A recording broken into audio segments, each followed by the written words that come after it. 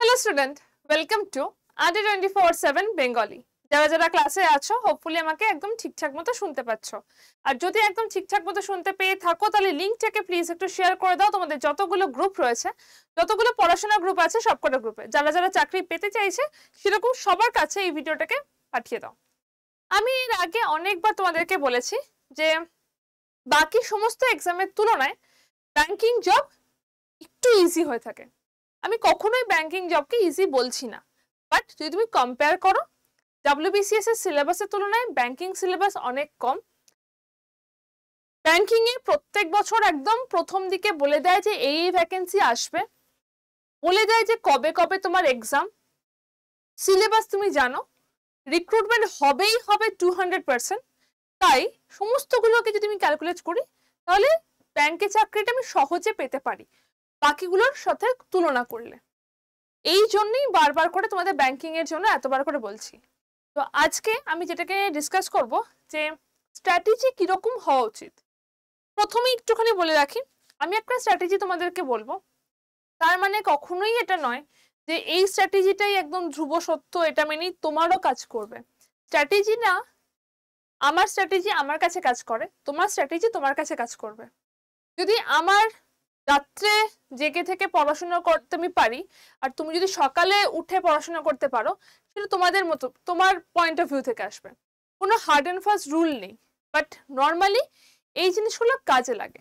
তাই আমি আমার মতো করে একটা স্ট্র্যাটেজি তোমাদেরকে বলছি, এটা তোমাদের হেল্প করবে।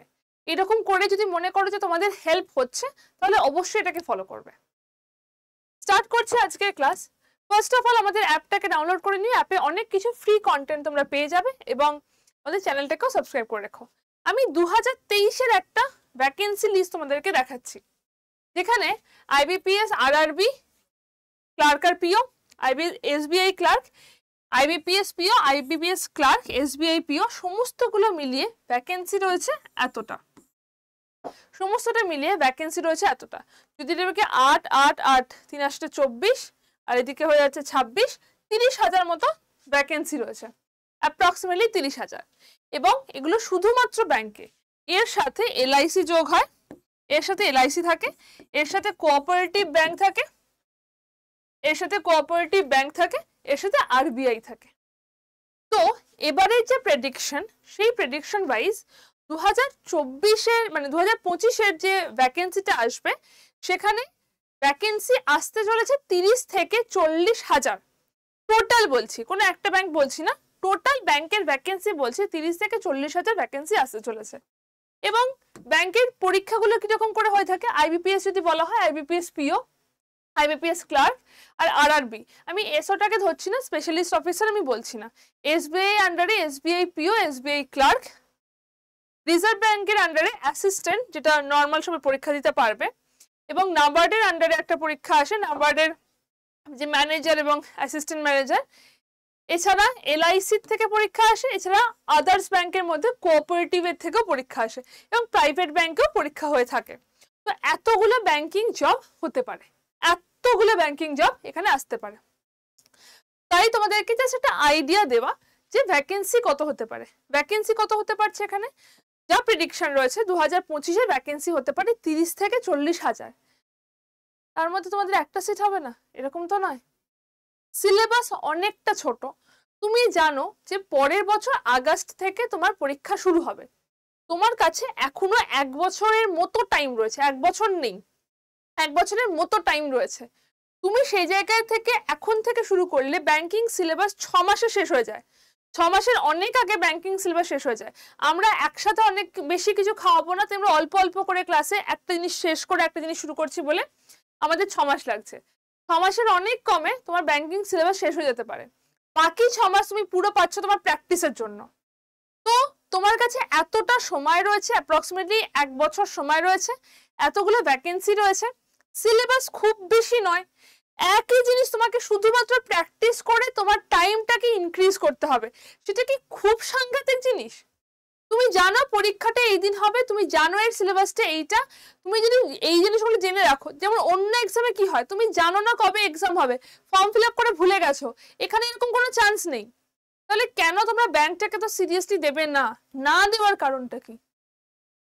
না দেওয়ার কারণ যদি মনে হতে পারে যে ম্যাম এটা খুব ডিফিকাল্ট, এটা স্পিডে করতে হয়, হ্যাঁ স্পিডে করতে হয়, এটা ঠিক কথা, বাট স্পিডটাকে ইনক্রিজ করার জন্য তোমার কাছে 6 মাস রয়েছে।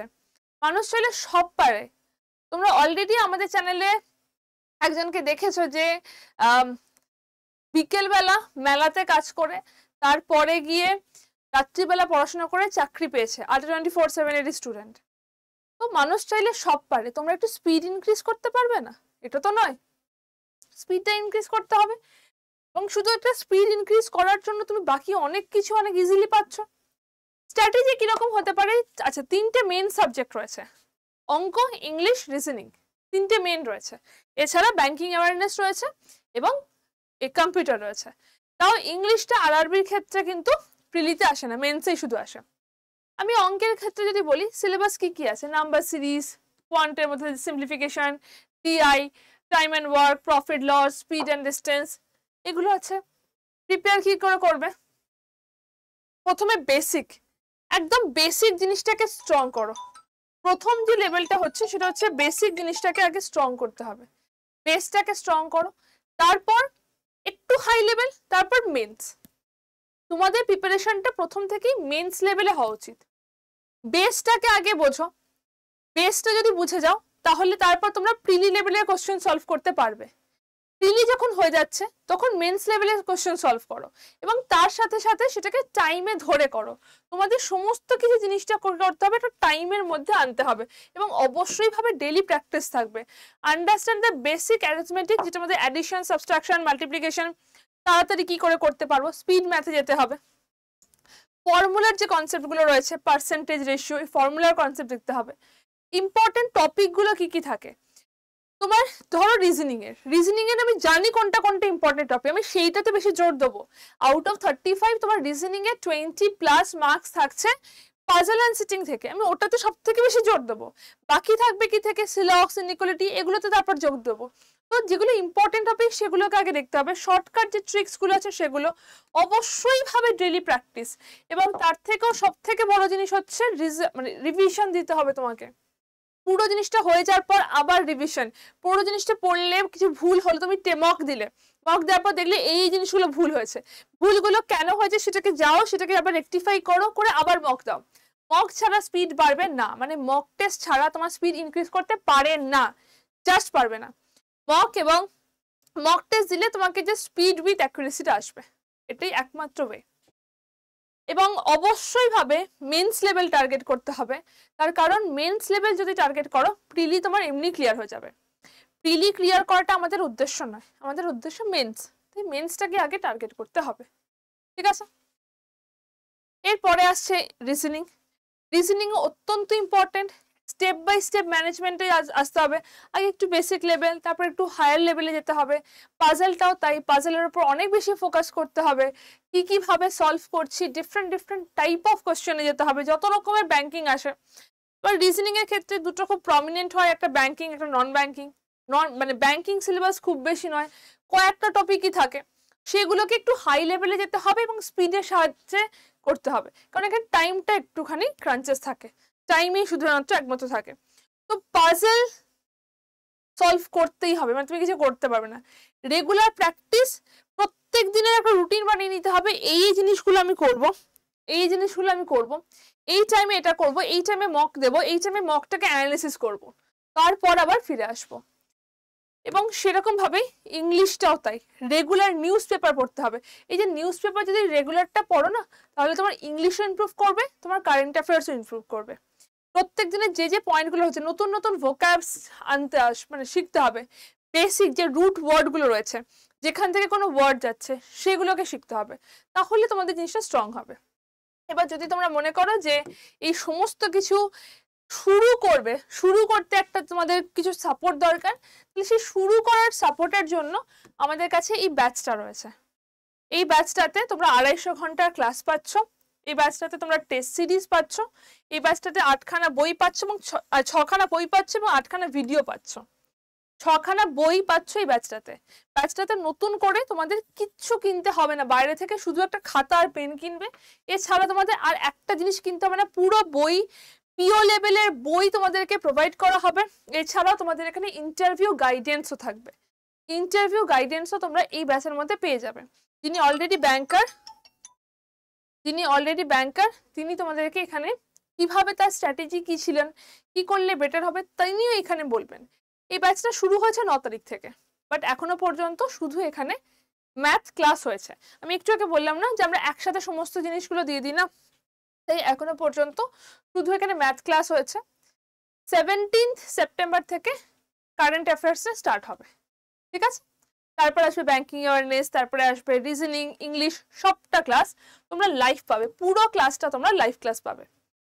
ব্যাচটার দাম কত পড়বে বা কি করে ব্যাচটা নেবে সেটা যদি কোয়েরি হয়, ফার্স্টে আমাদের অ্যাপে যাবে, আড্ডা 24/7 অ্যাপে যাবে। অ্যাপটার নাম হচ্ছে আড্ডা 24/7। আড্ডা 24/7 অ্যাপে যাবে। ওকে, সব থেকে ইজি প্রসেস হচ্ছে আমাকে একটা হোয়াটসঅ্যাপ করা, না হলে জাস্ট যেভাবে বলছি সেভাবে করতে পারো।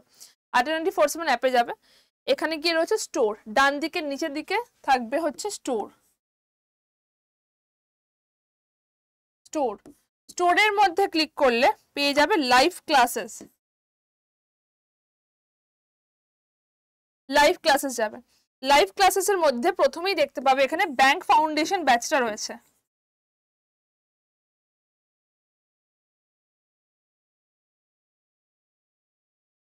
স্টোরের মধ্যে ক্লিক করলে প্রথমেই এখানে ব্যাংক ফাউন্ডেশন ব্যাচটা দেখতে পাবে। ব্যাংক ফাউন্ডেশন ব্যাচটা খুললে এখানে একটা অলরেডি না কুপন কোড দেওয়া থাকে সেপ্টেম্বর 15 বলে। সেপ্টেম্বর 15 দেখবে লেখা রয়েছে, এটাকে ক্রস করে দেবে, এটাকে ক্রস করবে। ক্রস করলে এখানে কুপন অ্যাভেলেবেল লেখাটা আসবে।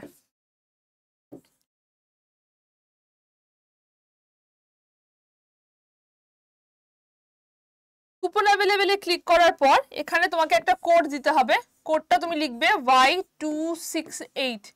Y268 কোডটা এখানে লিখবে, এন্টার কুপন কোড লেখা থাকবে, সেখানে লিখবে Y268 দিয়ে অ্যাপ্লাই করার পর ইউজ কয়েনে ক্লিক করবে। ইউজ কয়েনে ক্লিক করলে তোমার দামটা এসে যাবে 3568। এরকম করার পর তোমার দামটা এসে যাবে 3568, এটা তোমার দাম পড়বে। তারপরে তোমাকে যেতে হবে বাই নাও,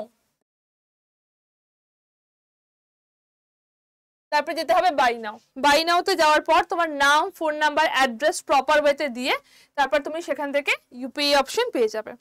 যদি মনে করো যে কোনো ডাউট হচ্ছে, কোনো প্রবলেম হচ্ছে, তাহলে নাম্বারটা হচ্ছে 801-390-8272। এইটা হচ্ছে হোয়াটসঅ্যাপ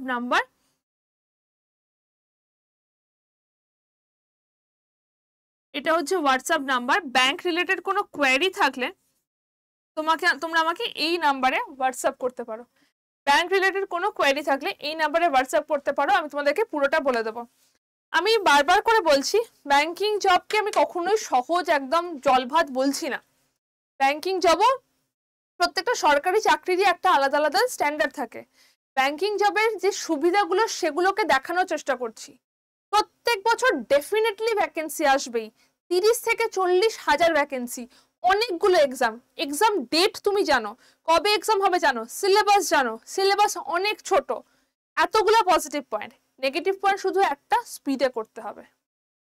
তো ওইটুকু স্পিডেরটা তুমি যদি প্র্যাকটিস করে নাও তাহলে তোমার কাছে কিন্তু অনেকটা ইজি হবে। নেক্সট ইয়ারের মধ্যে হাতে একটা চাকরি থাকবে।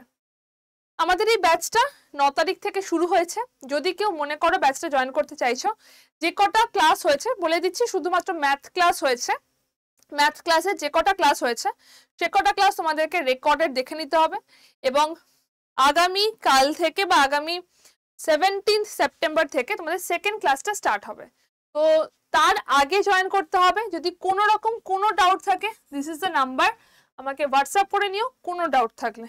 ওকে, চলো তাহলে আজকে আমি এই পর্যন্তই রাখছি, ক্লাস সেশনটা এই পর্যন্তই রাখছি। আই হোপ তোমাদের এটা একটা হেল্পফুল সেশন হলো। কোনো কোয়েরি থাকে অবশ্যই ভাবে হোয়াটসঅ্যাপ করো, এবং এই লিঙ্কটাকেও প্লিজ একটু শেয়ার করে দিও। টাটা, সবাই ভালো থেকো।